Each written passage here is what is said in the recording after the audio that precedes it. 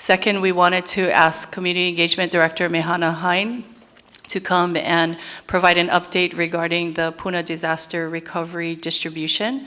So, Mehana? In your, trustees, in your hot topics for Hawaii Island, there was a section that identified that we still had some beneficiaries who initially came in through our processing for relief aid last year, but we were not able to fund because we had run out of funds already. And at that time, we had discussed with both Kauai and Puna that there would be a possibility at some time maybe that we would be able to fund them pending us developing a policy on emergency disaster relief. And so it was in your packet just to keep it on our radar, that we did not forget that we had people that signed up and were not able to be assisted at that time. And the reason why it happened so quickly before we cut it off is we were working between our office and the neighborhood place of Puna to do intake, and it was happening so rapid. People were coming in so rapid that we didn't know until we had accumulated so much people more that we had actually ran out of funds already. So we had notified people as they were coming in, as we knew when we were getting closer that, okay, we're gonna do the intake process, but we are not sure if we're gonna have funds left. Because it was a tiered, the design was tiered in the way the awards were given, we wouldn't know how much each ohana would be getting until they finished the process, the actual intake process. So we couldn't plan out like Kauai was easier, was straight, 180 families, right? We knew because the amount was the same.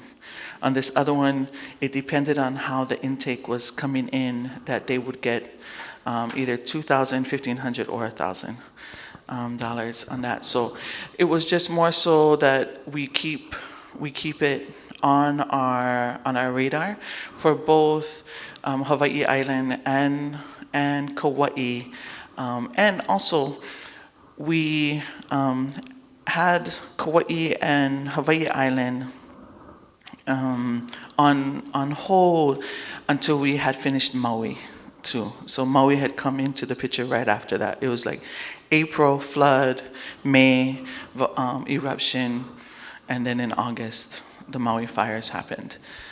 So we were taking them in order, and then we would revisit once we had a policy regarding emergency disaster relief. Oh, Susie Osborne, Ko'inoa. It's nice to see everybody on Hawaii Island again.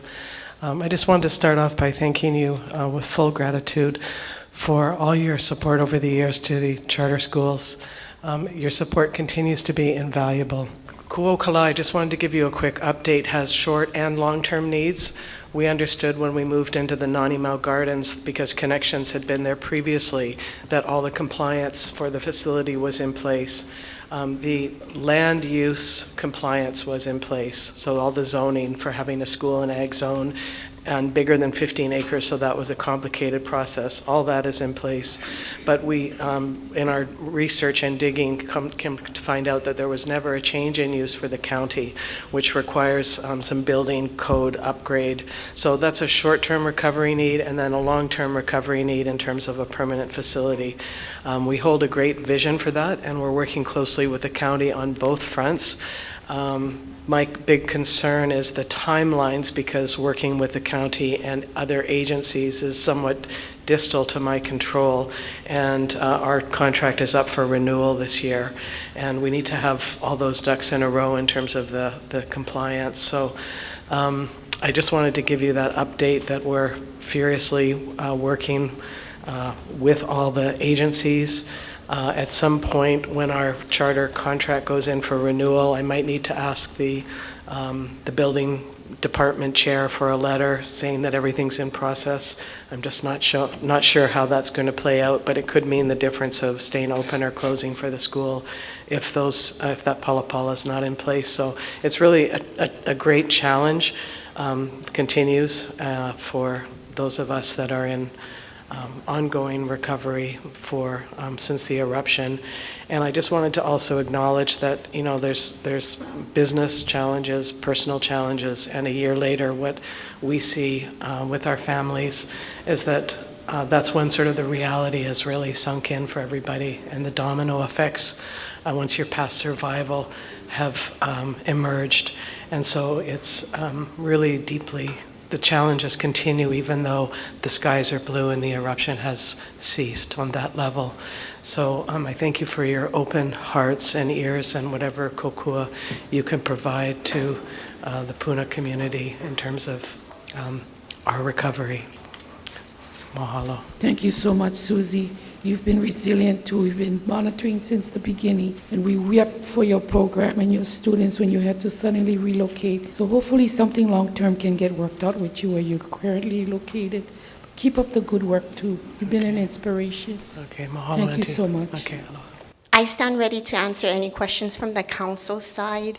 Bob and his team, we are very cognizant of the community development plans for Puna, along with a tool coming forward in our general plan that we can begin to start truly recovering Puna. And what I offer to this body really is that interim recovery strategy and maybe opportunities for OHA to fill in the gaps where private sector, government, or community really cannot fill. And that's where we would lean on community partners like yourself, OHA, Queen Liliuokalani Trust, Kamehameha Schools. So thank you for letting me share. What really struck me is that this is more than a recovery plan. This is a plan for the future of this area, Puna and the island. And I really appreciate the fact that you honed in on the importance of letting the economy develop in a way that keeps our children here or gives them an economy to come back. So I had a question. You spoke of a very important value being Aina-based, but you also spoke of the importance of having economic development and jobs and so forth. What kinds of economic development can we pursue that is still Aina-based, that people will support and yet will give jobs for our children to come back? Thank you. So that's the multi-trillion-dollar question. But let me put it this way. Some of the kinds of things, okay, this is how I'll share. So for the Speak Out, what we're doing over the next couple of weeks is we're doing some mapping exercises with folks who have very specific technical expertise, cultural expertise, who have local wisdom, who have local knowledge. And so we're mapping all of that kind of stuff. So as an example, the Wahipana in Puna is a tricky one, right? Because there's no like inventory of that, and yet the community knows there are many of Wahipana that has been lost. So one of the things we want to try to do is at least understand what is or what was lost, what should be kept sacred, what can be shared with especially our youth and our residents to better understand the Mo'olelo place and the like. And then when something like that happens, then, how do you say, there's an opportunity in a way that makes sense to share it with people who come to visit us. All right? So it's the way the folks are talking about, so immediately after the eruption, it was like, we need our tourists back because all our businesses are closing. At the same time, what people were saying was, we don't want them running around on private property, putting themselves in danger. It went on and on and on and on like that.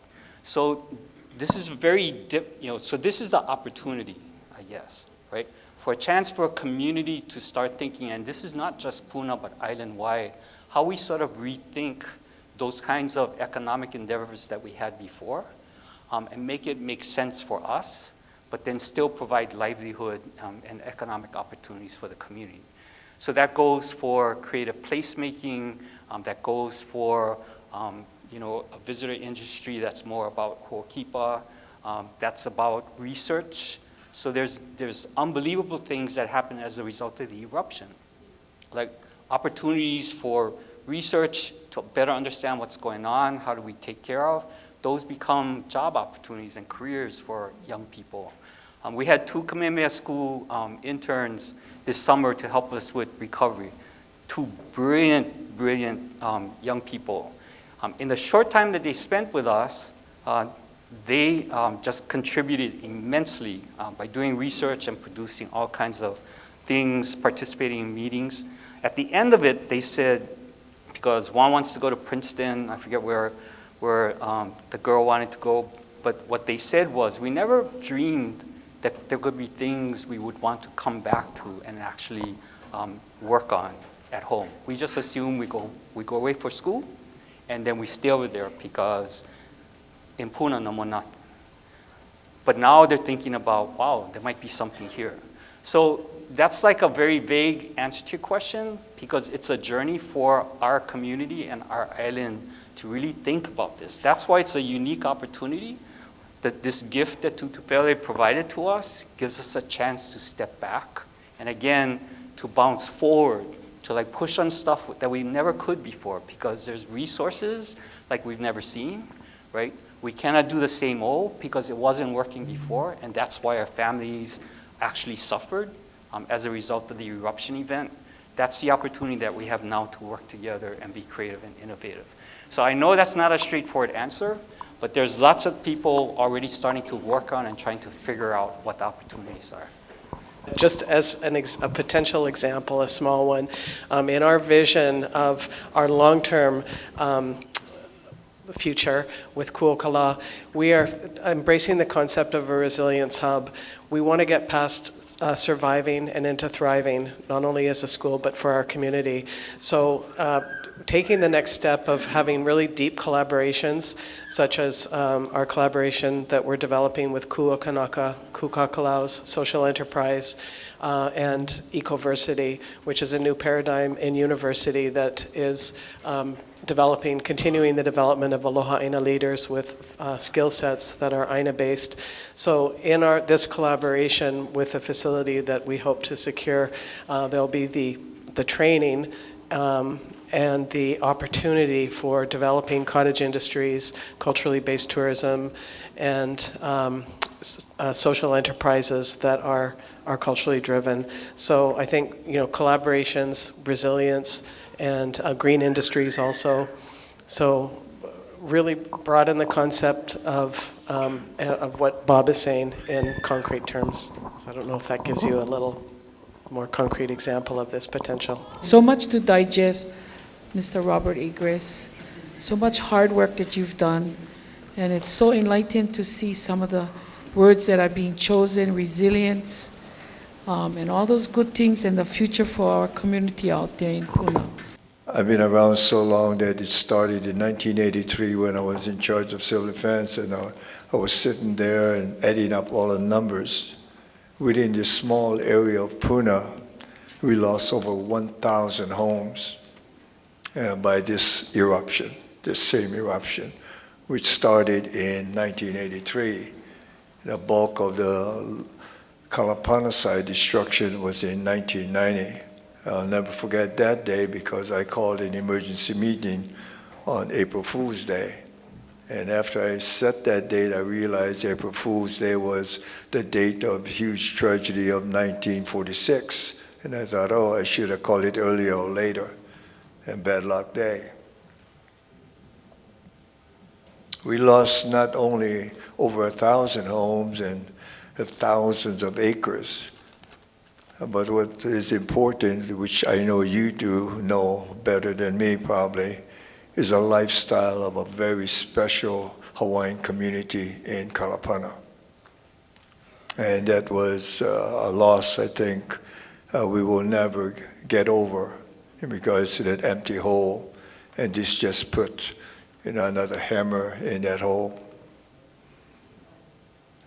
Yes, the 1,000 homes is a lot.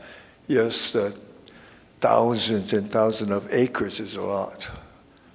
But to me, what was more important is a lifestyle that I don't think can ever be recovered. And of that was, a lot of it was of the Hawaiian community.